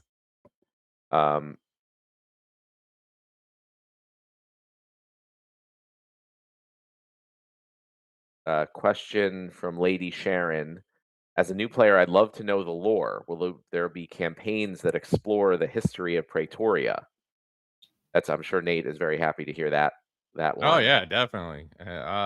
Narratively, Joey is probably thrilled to hear that. So thank you for asking such a beautiful question. I would say even though the initial launch of campaign is tutorial centered, I mean that it's teaching you how to play and be a battle mage in this academy setting. Um, it's really intended. Matt's directive to us was like, hey, let's get rid of the fluff. Let's keep it going. Let's try to reduce the drop off and improve retention in the best way possible. And so let's keep it going, keep it going. Future chapters may be a little bit more immersive, and yeah, and there will be stories to be told. Some of them may dip into the history of Praetoria, but others will. I mean, the focus will be making you the battle mage with your new avatar, the hero of the story. Maybe using your exemplar card as well. So no, you'll be creating history. You'll be creating Splinterlands history at that point. So I think it'll be pretty exciting. Hopefully you enjoy it. Yes, and I mean, there's also lore.splinterlands.com, I believe, if you don't want to wait and dive into that. They do a really good Oh, job. how you know what? We're doing a little role reversal here, Matt. Now you're the one pushing lore. Yay. So yeah, another URL you could use is splinterlore.com. Splinterlore.com. Shorter. They go to the same place though. Okay, awesome. So there you go. Yeah, there's plenty. They keep you busy for a long time there, I'm sure. I can also throw one more thing that's pretty interesting. That I had a meeting with iBlast yesterday, and he had a little game, kind of like those board games where you read a question and then you get four answers, all about Splinterlands lore. So stuff like that could be done as well. Nate, you'll be pretty excited when I show you. Oh, I bet. All right, question from 141414 SPS. Does the avatar have a shadow or non-gender choices I identify as slime? I don't believe so right now, but you never know what could come in the future. Yeah, I Apparently, if you think burn in enough the cinder, you can UI, get slime.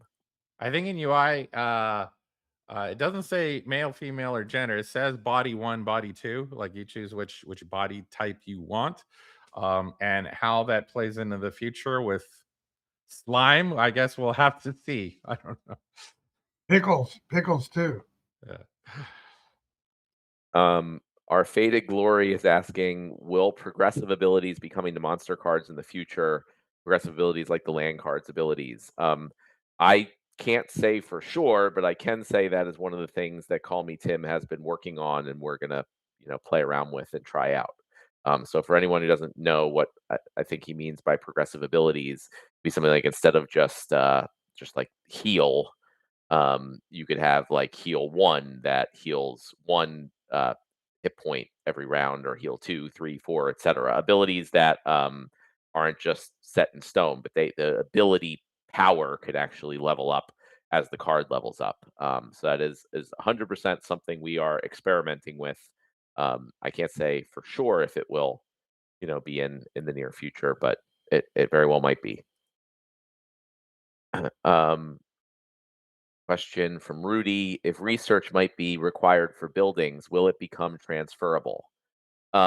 I don't think we're going to make research transferable, but probably whatever you can produce with it will be transferable. So it's not going to be a situation where like you have a plot of land and you want to build a building and you can't do it because you haven't produced research. We're going to make sure that's not the case. Possibly, if research can be used to create a permit, you could just buy the permit from someone who does the research. And again, that's kind of the whole idea of this, is that we want to make sure that most players cannot do everything themselves. They produce certain things and then they use a surplus of what they produce to purchase the other things that they need from other players who are producing different things. So if you're producing a bunch of grain and you need a permit for a new building, you can either put in additional funds to buy that permit, or you can sell some of your grain for DEC and to purchase a permit from someone who's focusing more on research, for example. So that is kind of the idea for how we envision that working. Clayboyne's asking, what's everyone's favorite Christmas movie? Anyone want to go first on that one? I'll say It's a Wonderful Life. That's a good one. I just watched that the other night. Yeah, me too. That's why I remembered it. I like it. Classic. I'm tempted to say Die Hard, just to Yeah. be the manly man of the bunch.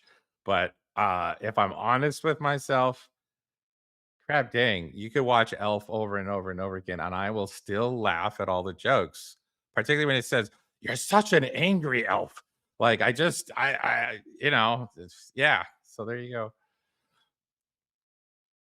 Blaze? I don't have one. I haven't since the 90s. I mean, I'd go back to Home Alone or something like that, but Elf was a good one, but I Yeah, don't know Home of Alone's anything good. recent. Huh? It doesn't have to be recent. Yeah. Do they still make those movies? Oh, they still make Christmas movies. I don't feel No, like they're yeah, as good. Home Alone probably. Oh, on YouTube chat, I see Gathering the Magic mentions a Christmas Story. Yeah, you That can was shoot gonna your be eye my out. that was gonna be my choice there. Yeah, Nice. that's a good movie. Definitely hands down a Christmas Story. All right. Thank you, Clay, for that diversion. All right, everyone's posting memes and things, trying to find more questions. Clay's asking, can we keep the town hall going until maintenance is over? I am not going to be able to stay on for much longer because I do have to head out, so I have another 15 minutes. But if you guys want to stay on and chat, be my guest. I know it's probably real late for you, Blaze. Or later, I guess. Mr. Dragon asked, I know one thing, he asked if we could have a top hat, or do we have a top hat as one of the hats, Nate? Do you know? I gotta check to see if, as more hats are introduced, whether there's a top hat sitting there ready to be released. If not, I'm sure we can get it added. All right, there you go. We have you have to burn a bunch of cinder, and then you can, or burn a bunch of cards for cinder, and then you can bribe Nate to make a top hat. There you go. I like this idea. Nate briberies. I do notice Quantum Nachos put a meme. He didn't meet. It looks like a meme with Christopher Lloyd, and it made me think that it reminded me of Back to the Future, because he plays Doc Brown, and that's his name, right? Yeah. Doc Brown. And so if you guys notice that the resource needed for resetting your exemplar points is called a capacity flux. And if you look at the graphic itself, you'll see the little wink wink, the nod to the movie. I did not even realize that. So Flux capacitor. there you go. I learned something. King Arminius is asking, when will maintenance mode end? I'm so hyped to jump into the avatar system. Yeah, I don't know. I mean, this is a monster of an update. I mean, it's not just the cosmetic stuff, but it's like all the UI around building the card and the avatar, and then like actually being able to use the card in certain battles. Like this is, just so you guys know, for every other card in the entire game up until today, it has a set of stats that are fixed, and they're put there in the game. People who like use our APIs, you can see the stats for the card, and the battle engine takes those fixed stats. This is for the first time it has to, basically look up the stats for the exemplar card on the fly. and they're all different. So it's a completely new type of card, effectively, that's being added into the game. And as Dave mentioned, how everything is sort of like a tool that we can use. Now that this new type of card is added, we can use that in the future for all sorts of different things. So hopefully not too long, because I don't want the team to have to keep working at it for super long, and I hope there's no issues. But yeah, it's a big one. Um, all right. I don't know how many questions there are. I'm just scrolling down as I see them. But Ron, if you don't mind ending the Q&A session at this point. We've been going for 30 minutes or so. And a reminder for everyone: if you don't get your questions in today, put them in the town hall, and we'll try to get to them as soon as we can. Mega Marcus is asking a long one here. At first, I want to say I'm happy with the amount of cool things you've released in the past months. Also, I think moving the mini set to 2026 might be the right move. But since it was a DAO proposal where you said to release the set in December, doesn't it need a new proposal, or at least communication with Clay if you want to change the plan that you were paid for? The other projects were on your control and timetable. The mini set had a due date. With the way it happened, I don't know what parts of future proposals are a promise, part of the contract, and what can be decided as you want. Um, yes, effectively, the DAO paid us to deliver the mini set. We were targeting the end of the year for that, and we didn't make that date. So it is a little late. So uh, unfortunately, that is a thing that happens, not just with us and the DAO, but in lots of situations. And it is completely up to the DAO. If they're not happy with that, you guys can cancel that, and we can figure out a way to undo that contract, and potentially, you know, pay the funds back if that's what the DAO wants. The DAO can choose to not work with us in the future because of that. I'm pretty sure we at least communicated with Clay and you guys. As soon as we knew it wasn't going to happen in time, we let the community know. But yeah, that's up to the DAO to decide how it wants to handle that situation. So I Well, apologize that happened, but it does happen from time to time. let me also say that I want to make sure we characterize, like, we could put out the set. We could have put the set out. We just wouldn't have had a lot of things that we're going to have with it. So, for instance, we could have just thrown out the set without the proper, like, for instance, without conflicts, without the pre-sale, without the proper testing, like all the different things that needed to be done. We could have done it, right? It just wouldn't have been as good as it's going to be. So, like, to say it wasn't done, we will have the card set printed, by the end of the year. All the other stuff, though, to be included does take some more time. Yeah, and he mentioned that he thinks moving it to 2026 might be the right move. It's just more of a procedural question. It's a good question, and there's been a lot of talk with other DAOs in the industry, and a lot of problems that have been coming up of these things of how does this work, with DAOs and companies. And yeah, I mean, in this situation, it is kind of like any one organization contracting with another organization to do something. In most times, those contracts have dates that are you know supposed to be hit or planned to be hit, and a lot of times, for whatever reason, that doesn't happen. And I think there's a lot of, if the community wants, there is a lot of option for recourse if the community is not happy with it, and no hard feelings or anything. That's what this is. You guys, the SPS DAO is a business, right? It's an organization that is in business. Um, for all you guys, the token holders. So you guys should do what makes sense to do what's right for the DAO. And like I mentioned earlier, uh, that could be not choosing to work with us in the future. It could be choosing to not go forward with this particular contract or whatever, or it could be just going forward with this, and we try to be more clear, do things a little differently in the future. But as always, we're just trying to do the best thing for all our players, which includes all the DAO participants. And we just didn't get as much done in the time that we had that we thought we would. Question from Quantum Nachos: will we see frequently quarterly or better crafted cards in 2026, not necessarily for land? Um, I don't know if I'm going to commit to quarterly or better crafted cards, but we do want to have more player crafted cards in the future. I don't know how often exactly. I don't know if you have any thoughts on that, Dave. Yeah, I don't want to commit either, but there will be more. So it was a tool that we have, and we're going to use it. So Yeah. that's the best I can say. Sorry, scrolling down here. The question: when is the next Pack Attack episode? I love that series. I don't know who can answer that. That would be a Clay question. So, Yeah, I'd Okay. like to say we might be able to tie that in with Painforge too. So Clay and I were talking about that. We were trying to get the timing down right. But yeah, those events that was fun. I was in the Discord for a little bit, but it's so cool to see people opening packs live. It's yeah, a fun event. that's actually going to be an even bigger deal as the set winds down for Conclave Arcana and the packs get burned. The odds are going to keep improving to get these special arcane cards, and I would imagine people are going to want to watch more and more openings. As that gets closer and closer. It's Yeah, actually March, right? Is that right? March. Yep. I don't know what exact day, but mid-March maybe.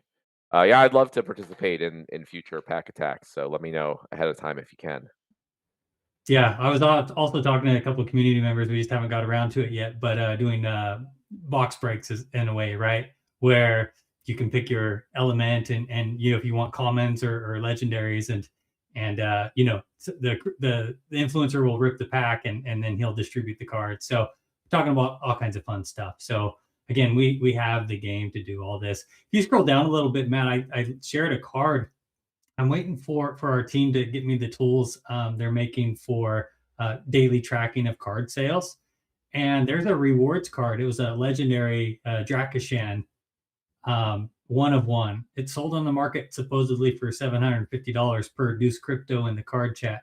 But $750 for a rewards card that somebody got out of the rewards chest is just freaking amazing. Yeah, I might have bought it. Oh, there you go. There you go. A lot of us said if we saw it, we would have bought it.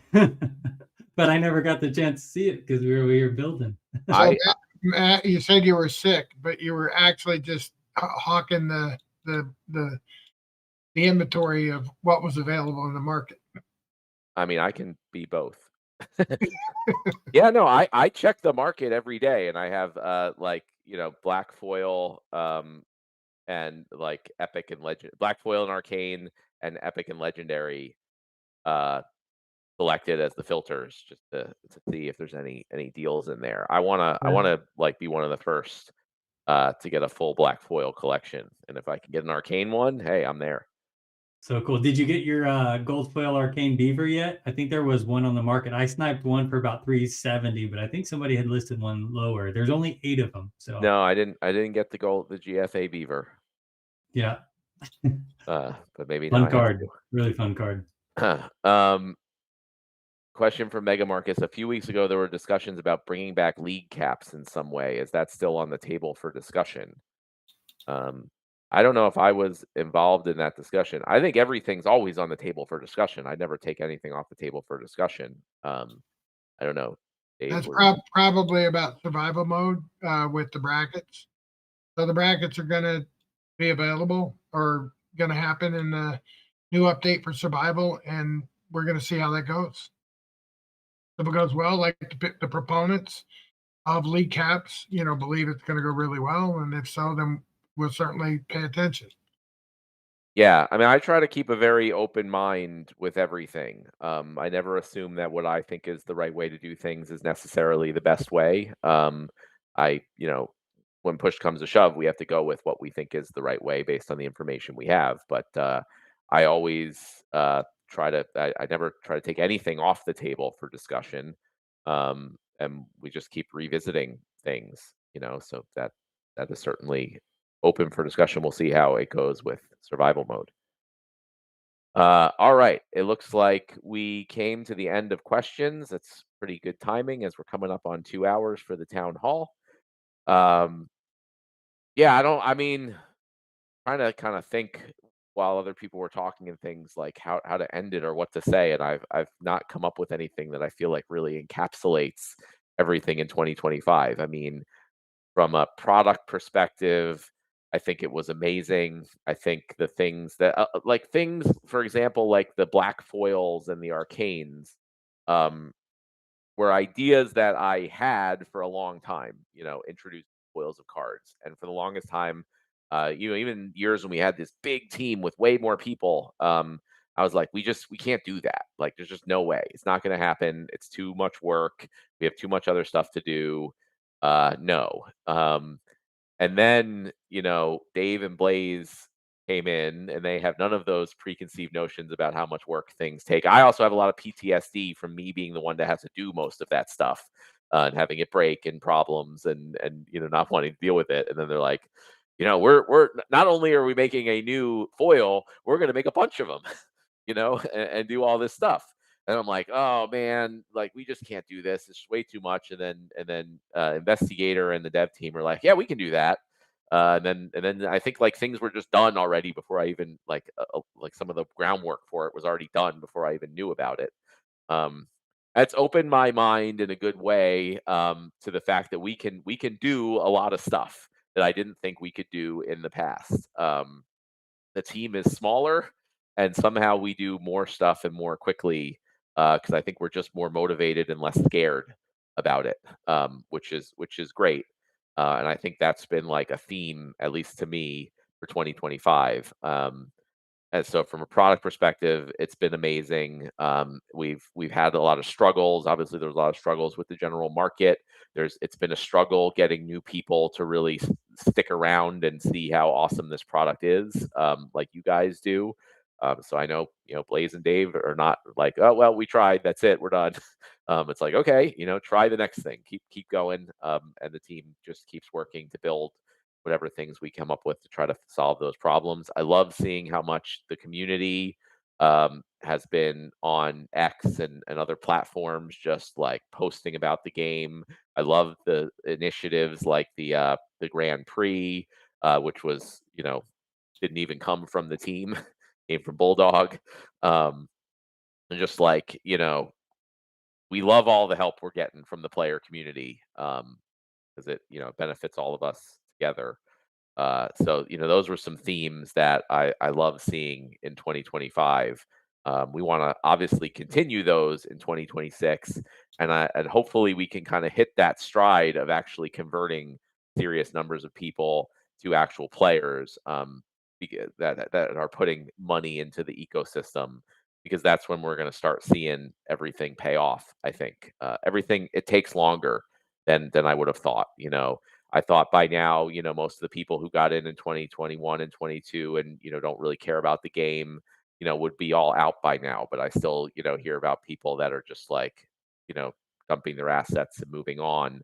Uh, so it's going to take a while before we get rid of all the speculators and have a full group of just like people who like the product in the game, for the product in the game. Um, so we stick around, we keep doing what we can do, and I think eventually all these things will fall into place.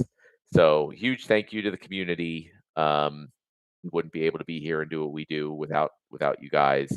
Huge thank you to the team, because also nothing would get done without this awesome team. We just have me, freaking out, about being able to do anything, which didn't work very well. And yeah, we are in a great spot, I think, going into 2026, from most areas that you could possibly look at this game. We are in a good position, to make things happen.